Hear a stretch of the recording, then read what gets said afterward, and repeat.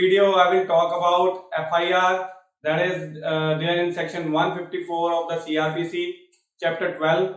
So I will talk about all the issues relating to the FIR. In this video, I will talk about the cognizable and non-cognizable offences. Then second, I will talk about the concept of cryptic information.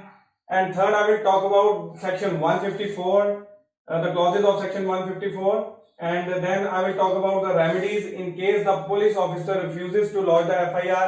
अगर police officer आपकी FIR register नहीं करता है तो आपके पास क्या remedies available है. Then next हम बात करेंगे 0 नंबर FIR क्या होती है, एंटी टाइम्ड FIR क्या होती है, and what are the consequences of delay in filing the FIR. Multiple FIR कौन सी क्या होगी, क्रॉस FIR कौन सी होगी. Then I will talk about the evidentiary value of the FIR, and lastly I will talk about is it essential for the police officer to lodge the FIR. So let's start the video and let's start our first topic. That is the distinction between the cognizable offences and non-cognizable offences. I will make a separate video on this topic, but for the purpose of explaining you the FIR, I will briefly tell you the distinction between the cognizable and non-cognizable offences. क्योंकि जब हम 154 पढ़ेंगे, जब हम section 154, उसमें लिखा गया है every information relating to the commission of a cognizable offence shall be converted into FIR. तो FIR के केस में जो कॉग्निजेबल ऑफेंसेस होंगे उसी के केस में FIR रिकॉर्ड की जाती है. तो इसलिए पहले मैं आपको बताऊंगा कि कॉग्निजेबल और नॉन कॉग्निजेबल में क्या डिफरेंस होता है. First is that cognizable offence में police officer can arrest without warrant. उसे मजिस्ट्रेट से वारंट लेने की जरूरत नहीं है. अगर कॉग्निजेबल ऑफेंस कमिट हुआ है तो police officer without warrant arrest कर सकता है. सेकंड इज जब अगर कॉग्निजेबल ऑफेंस कमिट हुआ है तो वो इन्वेस्टिगेट कर सकता है without the permission of the magistrate. उसे मजिस्ट्रेट से परमिशन लेने की जरूरत नहीं है. Whereas in non cognizable case police officer cannot arrest without warrant. अगर एक नॉन कॉग्निजेबल केस कमिट हुआ है तो वहां पर पुलिस ऑफिसर को पहले वारंट लेना पड़ेगा, तभी वो अरेस्ट कर सकता है. एंड सेकंड इज उसे पहले परमिशन लेनी पड़ेगी मैजिस्ट्रेट से, तभी वो उस केस को इन्वेस्टिगेट कर सकता है. इसके एग्जांपल्स हैं, जैसे कॉग्निजेबल केस के एग्जांपल होंगे murder, rape, and non cognizable case के एग्जांपल होंगे voluntarily causing hurt and defamation. आप ये समझ लीजिए कि जो ज्यादा संगीन अपराध होते हैं उन्हें कॉग्निजेबल ऑफेंसेस बोलते हैं, जैसे मर्डर और रेप जैसे ऑफेंसेस हो गए. वो ज्यादा संगीन जो केसेस होते हैं उस केस में पुलिस ऑफिसर को पावर दी गई है कि वो विदाउट वारंट भी अरेस्ट कर सकता है और केस को इन्वेस्टिगेट कर सकता है. इसकी डेफिनेशन आपको मिलेगी सेक्शन 2C में एंड नॉन कॉग्निजेबल मिलेगी 2L में. एंड कौन से ऑफेंसेस कॉग्निजेबल होंगे और कौन से नॉन कॉग्निजेबल होंगे, उसके लिए CRPC का हमें फर्स्ट शेड्यूल देखना पड़ेगा. फर्स्ट शेड्यूल में 4th कॉलम में IPC के हर एक ऑफेंस के आगे 4th कॉलम में लिखा हुआ है कि अगर क्या वो ऑफेंस कॉग्निजेबल है या नॉन कॉग्निजेबल है. अब हम अपने नेक्स्ट टॉपिक की तरफ चलते हैं, the concept of cryptic information. Friends, जो मैंने आपको बताया cognizable offence and non cognizable offence में डिफरेंस, उसमें एक चीज आप ऐड कर लीजिए कि FIR हमेशा कॉग्निजेबल ऑफेंस के केसेस में ली जाती है, फर्स्ट इंफॉर्मेशन रिपोर्ट, और नॉन कॉग्निजेबल केसेस में NCR लिखी जाती है, that is non cognizable report. So आपको मैं क्रिप्टिक इंफॉर्मेशन का कंसेप्ट बताता हूं. FIR does not mean that every first information that the police officer receives that will be converted into the FIR. FIR का मतलब ये नहीं कि अगर कोई कॉग्निजेबल ऑफेंस कमिट हुआ एंड उसके रिगार्डिंग पुलिस ऑफिसर को कोई इंफॉर्मेशन आती है. पुलिस ऑफिसर को हो सकता है कि वेरियस सोर्सेज से इंफॉर्मेशन आए, 10 इंफॉर्मेशन आ सकती हैं. तो जो सीक्वेंस में फर्स्ट इंफॉर्मेशन होगी जरूरी नहीं कि वो उसी को FIR में कन्वर्ट करेगा. पुलिस ऑफिसर उस इंफॉर्मेशन को कन्वर्ट करेगा जो इंफॉर्मेशन कुछ डिटेल्ड इंफॉर्मेशन होती है. So FIR means that first information which has been converted into a report, which has been converted into an FIR. Okay? So मैं आपको यहाँ पर बताता हूँ, जैसे फॉर एग्जांपल कॉग्निजेबल ऑफेंस यहाँ पर कमिट हुआ, उसके 1 घंटे के बाद एक फोन कॉल आती है, टेलीफोनिक फोन आता है पुलिस ऑफिसर को कि that so and so offence has been committed, so and so offence has been committed, please go and check there. So सिर्फ इतनी ही डिटेल बताता है, इससे ज्यादा कुछ नहीं बताता वो इन्फॉर्मेंट. फिर उसके बाद मान लीजिए कि 2 घंटे बाद फिर कोई पुलिस स्टेशन आता है और पुलिस स्टेशन आके वो पुलिस ऑफिसर को कहता है कि so and so offence has been committed at so and so place, please go and check there. So वो कहता है कि वहां पर जाइए और वहां पर जाके इन्वेस्टिगेट करिए. इस केस में भी इंफॉर्मेंट ने ज्यादा इंफॉर्मेशन पुलिस ऑफिसर को नहीं बताई. फिर मान लीजिए कि विक्टिम के फादर आते हैं पुलिस स्टेशन में एंड वो डिटेल्स बताते हैं कि कैसे ऑफेंस कमिट हुआ, at what time the offence was committed and at what place the offence was committed, and he may also tell the identity of the accused. Even if the identity of the accused is not known by the informant, so he may give at least the description of the accused. वो कुछ हुलिया बता सकता है कि कैसा accused दिखता था. And also he will reveal his identity.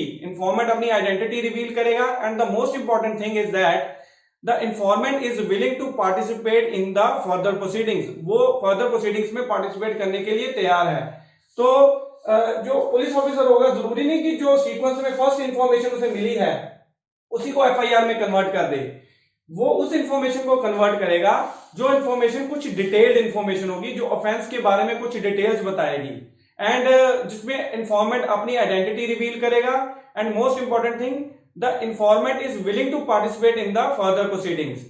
सो ये जो इंफॉर्मेशन है जो पहले आई ऑफेंस कमिट होने के बाद, जो फर्स्ट इंफॉर्मेशन जो पुलिस ऑफिसर के पास आई और ये जो सेकंड इंफॉर्मेशन आई, these information are called cryptic information. Cryptic means these are not detailed information, these are vague information. That means they are not clear. ये क्लियर कट कुछ नहीं बता रही ऑफेंस के बारे में, सिर्फ इतने बता रही है कि ऑफेंस कमिट हुआ है. सो पुलिस ऑफिसर इन इंफॉर्मेशन को कभी भी एफआईआर में कन्वर्ट नहीं करेगा. पुलिस ऑफिसर डिटेल इंफॉर्मेशन को एफआईआर में कन्वर्ट करेगा. सो फ्रेंड्स, मैंने आपको बताया कि क्रिप्टिक इंफॉर्मेशन वेग इंफॉर्मेशन होती है जिसे पुलिस ऑफिसर एफआईआर में कन्वर्ट नहीं करेगा, वो सिर्फ डिटेल्ड इंफॉर्मेशन को एफआईआर में कन्वर्ट करेगा. उसका एक लॉजिक भी होता है कि अगर डिटेल्ड इंफॉर्मेशन है जिसमें ऑफेंस के बारे में कुछ डिटेल्स प्रोवाइडेड हैं, सो उससे इन्वेस्टिगेशन डायरेक्टेड रहेगी. मींस एक पर्टिकुलर डायरेक्शन में इन्वेस्टिगेशन की जाएगी, एफर्ट्स जो हैं एक पर्टिकुलर डायरेक्शन में लगाए जाएंगे, जिसमें पुलिस ऑफिसर को पता होगा कि अक्यूज्ड हु वाज अक्यूज्ड. अगर नहीं भी पता तो डिस्क्रिप्शन पता है उसकी एंड टाइम पता है ऑफेंस का, तो जो इन्वेस्टिगेशन रहेगी वो डायरेक्टेड रहेगी. एंड सेकंड पर्पस उसका ये होता है कि the police officer will always look for such an informant. वो ऐसे इन्फॉर्मेंट को हमेशा उसकी इंफॉर्मेशन को एफआईआर में कन्वर्ट करेगा जिसके पास कुछ डिटेल्स हो. क्योंकि जब केस ट्रायल में जाता है, ट्रायल में प्रोसिक्यूशन जो होता है उसको, जो इन्फॉर्मेंट को as a prosecution witness produce करते हैं and his testimony is recorded in the court. जब वो अपनी टेस्टिमनी देगा इन्फॉर्मेंट कोर्ट के अंदर, तो उस टेस्टिमनी को प्रोसिक्यूशन हमेशा कॉरोबोरेट करेगा एफआईआर के साथ. एफआईआर की एविडेंशियरी वैल्यू होती है जिसे मैं अब आगे जाके डिस्कस करूंगा. एक सब्सटेंटिव एविडेंशियरी वैल्यू होती है, एक प्रोसीजरल एविडेंशियरी वैल्यू होती है. तो जिसमें प्रोसीजरल एविडेंशियरी वैल्यू में section 157 of the evidence act में जो प्रोसिक्यूशन है, वो जो एफआईआर है, जो इन्फॉर्मेंट ने पहले एफआईआर रिकॉर्ड करवाई है, उसकी वो प्रीवियस स्टेटमेंट मानी जाएगी. और उसको जब वो ट्रायल में कोर्ट के सामने टेस्टिमनी देगा, उस गवाही को कॉरोबोरेट करने के लिए, सपोर्ट करने के लिए वो एफआईआर यूज की जाएगी. So FIR is a corroborating piece of evidence. So अब हम नेक्स्ट चलते हैं, हम सेक्शन 154 के बारे में बात करते हैं. सेक्शन 154 का जो फर्स्ट क्लॉज है, it says every information relating to the commission of the cognizable offence if given orally shall be reduced into writing. So अगर कॉग्निजेबल ऑफेंस के बारे में कोई इंफॉर्मेशन पुलिस ऑफिसर को आती है, अगर वो ऑरल है, तो पुलिस ऑफिसर सबसे पहले उसे राइटिंग में रिड्यूस करेगा, उसे लिखेगा. लिखने के बाद अगर रिटन में आती है तो वो उसे एफआईआर में एज इट इज अटैच कर देगा. अगर ऑरली आती है तो उसे पहले वो राइटिंग में रिड्यूस करेगा. रिड्यूस करने के बाद फिर वो पढ़कर सुनाएगा. It will be read over to the informant. Informant को पढ़कर सुनाएगा कि जो मैंने लिखा है क्या वो सही है. एंड इफ द इन्फॉर्मेंट कहता है कि हाँ सही है, तो वो इन्फॉर्मेंट के साइन ले लेगा एंड पुलिस ऑफिसर खुद भी एफआईआर के ऊपर साइन करेगा. उसके बाद फर्स्ट क्लोज के अंदर प्रोवाइजोज हैं जो कि ऐड किए गए थे 2013 में निर्भया इंसिडेंट के बाद, जिसमें प्रोवाइजो में ये बोला गया है कि अगर एफआईआर कोई वुमेन, कोई महिला रिकॉर्ड करवाती है जिसके अगेंस्ट ऑफेंसेस हुए हैं इन सेक्शंस में, और आप प्रोवाइजो पढ़ेंगे तो उसमें काफी सेक्शंस की लिस्ट दी गई है. मैंने कुछ ऑफेंसेस यहाँ पर लिखे हैं. अगर ऑफेंसेस 326A में हुआ है, 326B में हुआ है, 354 में हुआ है, 354A. सो इन ऑफेंसेस, अगर ये ऑफेंसेस अगर उस वुमेन के अगेंस्ट हुए हैं, so basically 326 is acid attack, 354 is outraging the modesty of the woman, and 376 is rape, and it is stalking, 354A, and 509 is insulting the modesty of the woman. So basically these are the sexual crimes. So in cases में proviso में ये provide किया गया है, अगर women FIR launch करवाएगी तो वो एफआईआर एक वुमेन पुलिस ऑफिसर लॉन्च करेगी. द पर्पज इज दैट कि ये सेक्शुअल ऑफेंसेस है, अगर जो इन्फॉर्मेंट है, जो वुमेन है, वो अगर उसे अगर मेल पुलिस ऑफिसर रिकॉर्ड करेगा तो the women will feel hesitant, वो खुलकर नहीं बता पाएगी कि क्या ऑफेंस हुआ है, because these are the sexual offences. तो उसके लिए एक वुमेन ऑफिसर ही एफआईआर को लॉन्च करेगी। सो ये फर्स्ट प्रोवाइजो था। फर्दर फिर आगे एक और प्रोवाइजो ऐड किया गया है कि अगर उनमें उसमें ऑफेंसेस प्रोवाइड किए गए हैं सेकंड प्रोवाइजो में भी, सिमिलर ऑफेंसेस हैं उसमें भी, अगर इन ऑफेंसेस के कारण अगर विक्टिम जो है टेम्परेरली या परमानेंटली डिसेबल्ड हो जाए, मेंटली या फिजिकली, सो उस केस में एफआईआर पुलिस स्टेशन में नहीं रिकॉर्ड की जाएगी, वो विक्टिम के रेजिडेंस पे रिकॉर्ड की जाएगी, या फिर कोई ऐसी कन्वीनियंट प्लेस पे ऑफ द विक्टिम्स चॉइस, कोई भी एक रीजनेबल प्लेस जो विक्टिम की चॉइस की हो सकती है वहां पर रिकॉर्ड की जाएगी। और एक इंटरप्रेटर और स्पेशल एजुकेटर को भी वहां पर बुलाया जाएगा, सो दैट वो अगर विक्टिम जो डिसेबल्ड है उसकी साइन लैंग्वेजेस या कुछ भी उससे इंटरप्रेट करके उसकी स्टेटमेंट रिकॉर्ड की जाए। एंड उसमें जो उसका सेकंड क्लॉज है प्रोवाइजो का, उसमें प्रोवाइड किया गया है कि एफआईआर शैल बी वीडियोग्राफ्ड, उसे वीडियोग्राफ किए पुलिस ऑफिसर उसे वीडियोग्राफ करेगा। एंड द थर्ड इज कि पुलिस ऑफिसर उस स्टेटमेंट विक्टिम की स्टेटमेंट को मैजिस्ट्रेट से भी रिकॉर्ड करवाएगा under section 164। So these were the provisos were added in 2013. Now जो 154 का second clause है, it says कि the copy of the FIR shall be given forthwith free of cost to the informant. Means जो police officer है वो FIR की copy informant को free of cost provide करेगा। एंड 154 का जो थर्ड क्लॉज है, इट सेज कि if the police officer refuses to launch the FIR, अगर पुलिस ऑफिसर मना कर देता है FIR लॉन्च करने से, तो 154 क्लॉज 3 प्रोवाइड करता है जो इन्फॉर्मेंट है, जो विक्टिम है, वो सुपरिटेंडेंट ऑफ पुलिस के पास एक मेल डाल सकता है या लेटर पोस्ट कर सकता है। एंड अगर superintendent of police superior officer को अगर लगेगा कि एक कॉग्निजेबल ऑफेंस कमिट हुआ है, so he can launch the FIR himself and he can investigate the case also.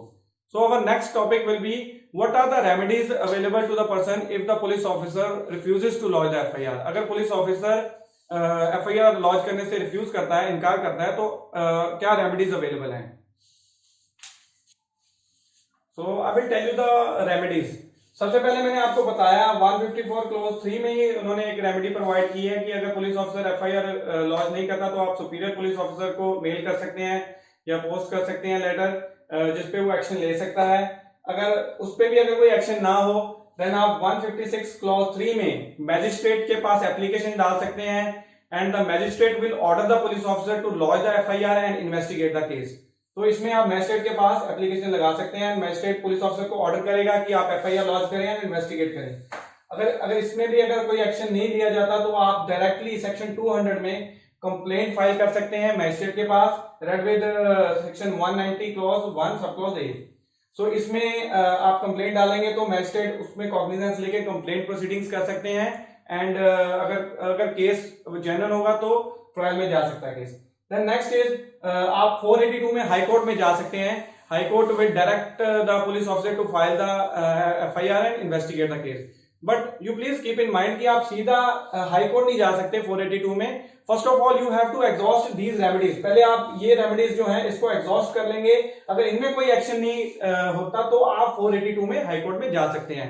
But अगर मान लीजिए बहुत ही ग्रेव ऑफेंस है, जैसे रेप एंड मर्डर का कोई ऑफेंस हुआ है, जिसमें अगर इन रेमेडीज में अगर ये रेमेडीज हम अवेल करना चाहें तो उसमें टाइम लॉस हो जाएगा और वाइटल एविडेंसेस लॉस हो सकते हैं, तो आप सीधा 482 में भी जा सकते हैं हाई कोर्ट में, but in very rare circumstances. Next अब हम बात करेंगे टाइप्स ऑफ FIR। पहले है 0 नंबर FIR। मान लीजिए कि एक पुलिस मॉडल टाउन है, पुलिस स्टेशन जिसका एरिया मॉडल टाउन है, और एक दूसरा पुलिस स्टेशन है जो सिविल लाइंस पुलिस स्टेशन है।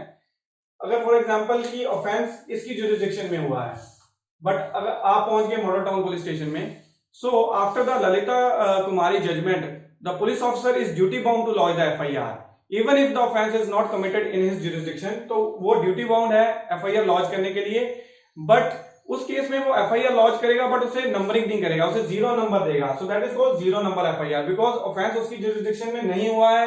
So since he will not investigate the case, वो इन्वेस्टिगेट नहीं करेगा, बट उसे 0 नंबर FIR 0 नंबर डाल के FIR रिकॉर्ड कर लेगा और बाद में उसे ट्रांसफर कर देगा सिविल लाइंस पुलिस स्टेशन में, जहां पर वो अपनी FIR डायरी के अकॉर्डिंग उसको नंबरिंग देंगे and they will investigate the case. So अगर जुरिसडिक्शन के आउट भी अगर ऑफेंस कमिट हुआ है तो police officer is duty bound to take the FIR and that FIR will be called the 0 number FIR. उसके ऊपर नंबरिंग नहीं करेगा, नंबरिंग वो पुलिस स्टेशन करेगा जिसकी जुरिसडिक्शन में ऑफेंस हुआ है एंड वो पुलिस स्टेशन इन्वेस्टिगेट करेगा केस को। Next is ante timed FIR. Ante means before, means the FIR is launched before the occurrence of the offence, so it is also called false FIR.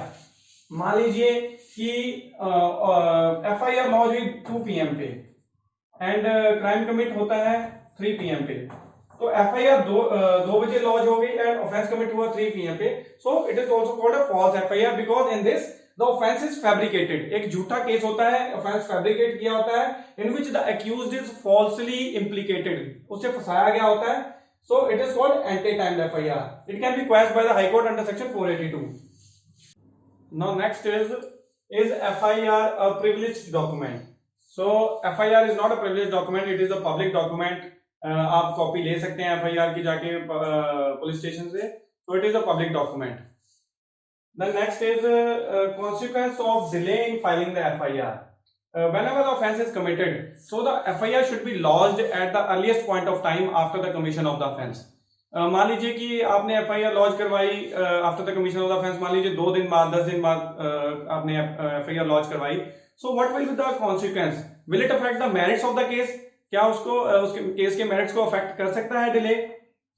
For आप मैं इसके लिए example लेता हूं। For example एक reasonable delay, for example आप 2 बजे मान लीजिए क्राइम कमिट हुआ एंड आप 3 बजे 5 बजे या मे बी आप कल सुबह जाके भी आप एफआईआर लॉन्च करवा सकते हैं, बट कोई अनरीजनेबल अनएक्सप्लेन डिले नहीं होना चाहिए। अगर अनरीजनेबल या अनएक्सप्लेन डिले होगा तो आपको जो मैजिस्ट्रेट है, it will create a suspicion upon the FIR and will also raise a suspicion upon the informant. So वो इन्फॉर्मेंट के ऊपर भी एक सस्पिशन रेज कर लेगा और एफआईआर के ऊपर भी सस्पिशन क्रिएट हो जाएगी कि that it is an after thought, कि ये प्लान करके आए हैं, इट इज अ फैब्रिकेटेड, इन्होंने फैब्रिकेट की होगी स्टोरी, तो इसलिए वो एक सस्पिशन रेज कर लेगा। बट अगर आप ये देखें कि वो मेरिट्स की केस के मेरिट्स को कोई इफेक्ट नहीं होगा उससे।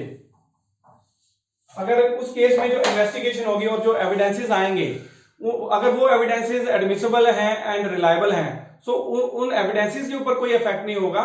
बट जो इन्फॉर्मेंट है, इन्फॉर्मेंट की टेस्टिमनी को कोर्ट रिलाय नहीं करेगा, उसके ऊपर रिलाय नहीं करेगा जब वो गवाही देगा, क्योंकि एफआईआर के फाइलिंग में डिले हुआ है तो उसके ऊपर एक सस्पिशन क्रिएट रहेगा मैजिस्ट्रेट के द्वारा। बट अगर सेक्सुअल कोई क्राइम कमिट हुआ है, कोई सेक्सुअल ऑफेंस कमिट हुआ है एंड उसमें डिले हुआ है एफआईआर लॉन्च करने में, so in that case the delay is self explain. उसमें आपको डिले के बारे में एक्सप्लेनेशन देने की जरूरत नहीं होगी। That is quite logical also, because अगर कोई सेक्सुअल ऑफेंस कमिट होता है किसी वुमेन के against, so there is a fear in the mind of the victim and also the fear of social stigma in the society, कि the society will look down upon me, society क्या सोचेगी, and जिस वजह से वो crime को suppress करने की कोशिश करेगी। एंड इवन इफ अगर वहां पर डिले होता है एफआईआर लॉन्च करने में, so in that case the delay is self explained. What is multiple FIR and what is cross FIR? Multiple FIR is that कि अगर कोई ऑफेंस कमिट हुआ, उस ऑफेंस के लिए एक से ज्यादा एफआईआर लॉन्च हो गई। फॉर एग्जांपल अगर एक थेफ्ट कमिट होता है दिल्ली में and the stolen goods are found in Chandigarh, Chandigarh से बरामद होते हैं goods, so in that case the FIR can be lodged in the police station of Delhi also and in Chandigarh also. So मान लीजिए कि मल्टीपल FIR लॉन्च होगी and उसमें दोनों पुलिस स्टेशन में इन्वेस्टिगेशन स्टार्ट कर दी। सो उस केस में पुलिस जो अक्यूज है, so he will be vexed twice, उसको 2 बार परेशानी झेलनी पड़ेगी, क्योंकि एक बार दिल्ली पुलिस ऑफिसर जो पुलिस स्टेशन होगा वो उसे इंटेरोगेट करने के लिए बुलाएगा, कभी चंडीगढ़ पुलिस स्टेशन ऑफिसर वो उसे इंटेरोगेट करने के लिए बुलाएंगे। So in that case the accused can get one of the FIR quashed from the High Court under section 482. तो 482 में उसे quash करवा सकता है। And what is cross FIR? Cross FIR for example कि एक झगड़ा हुआ A और B के बीच में, तो उसी ऑफेंस को लेके, उसी झगड़े को लेके A ने B के ऊपर FIR लॉन्च करवा दी एंड देन B ने A के ऊपर FIR लॉन्च करवा दी। सो दोनों ने एक ही ऑफेंस के रिलेटेड एक दूसरे के ऊपर एफआईआर लॉन्च करवा दी, एक ही घटना से related. So this is cross FIR. Cross FIR के केस में जनरली हाई कोर्ट एफआईआर को क्वेश्चन नहीं करता, वो ये डायरेक्ट करता है कि ये जो 2 FIR लॉन्च हुई हैं इसको एक ही police officer, same police officer investigate करेगा and the case will be tried by the same court. एक ही कोर्ट दोनों केसेस को ट्राई करेगा। द पर्पज इज दैट कि मान लीजिए कि अगर अलग अलग कोर्ट इन दोनों को इन केसेस को ट्राई करेंगे तो हो सकता है कि कॉन्फ्लिक्ट ऑफ जजमेंट आ जाए। एक कोर्ट ए को कन्विक्ट कर दे और दूसरा कोर्ट बी को कन्विक्ट कर दे। सो एक ही झगड़े के लिए एक केस में ए कन्विक्ट हो गया, एक बी कन्विक्ट हो गया। So to avoid the conflict of judgement एक ही कोर्ट उस केस में जजमेंट पास करेगा। Now next is the evidentiary value of the FIR. Evidence में एफआईआर की क्या वैल्यू रहेगी? तो इसके 2 वैल्यूज होते हैं, एक तो सब्सटेंटिव एविडेंशियरी वैल्यू होती है, एक प्रोसीजरल एविडेंशियरी वैल्यू होती है। सो सबसे पहले मैं प्रोसीजरल एविडेंशियरी वैल्यू की बात करूंगा। जैसे कि मैंने आपको बताया था कि जो एफआईआर होगी, पुलिस ऑफिसर एक डिटेल्ड इंफॉर्मेशन को एफआईआर में कन्वर्ट करेगा सो दैट प्रोसिक्यूशन जो है जो उस इंफॉर्मेंट को एज अ प्रोसिक्यूशन विटनेस जब ट्रायल में प्रेजेंट करेगा और वो जब अपनी टेस्टिमनी देगा तो वहां पर जो प्रोसिक्यूशन है एफआईआर को उस टेस्टिमनी को, उस गवाही को कोरोबोरेट करने के लिए यूज कर सकता है। So first procedural use of FIR is that it can be used for corroboration under section 157 of the evidence act. तो उसे कोरोबोरेशन के लिए यूज कर सकते हैं। So FIR is a corroborating piece of evidence. Next is contradiction के लिए use कर सकता है डिफेंस उसे, जैसे कि इंफॉर्मेंट टेस्टिमनी दे रहा है ट्रायल में, कोर्ट के सामने गवाही दे रहा है और वो जब गवाही दे रहा है तो उसने कुछ ऐसा बोला जो कि एफआईआर में के बिल्कुल उल्टा है या कुछ उससे अलग बोल रहा है। तो डिफेंस उसको कॉन्ट्राडिक्शन के लिए यूज कर सकता है कि जैसा अब ये कुछ बोल रहा है और इसने एफआईआर में कुछ और बोला था, तो वो जो एफआईआर है वो कॉन्ट्राडिक्शन के लिए यूज हो सकती है। Next is impeaching the credit of the इंफॉर्मेंट।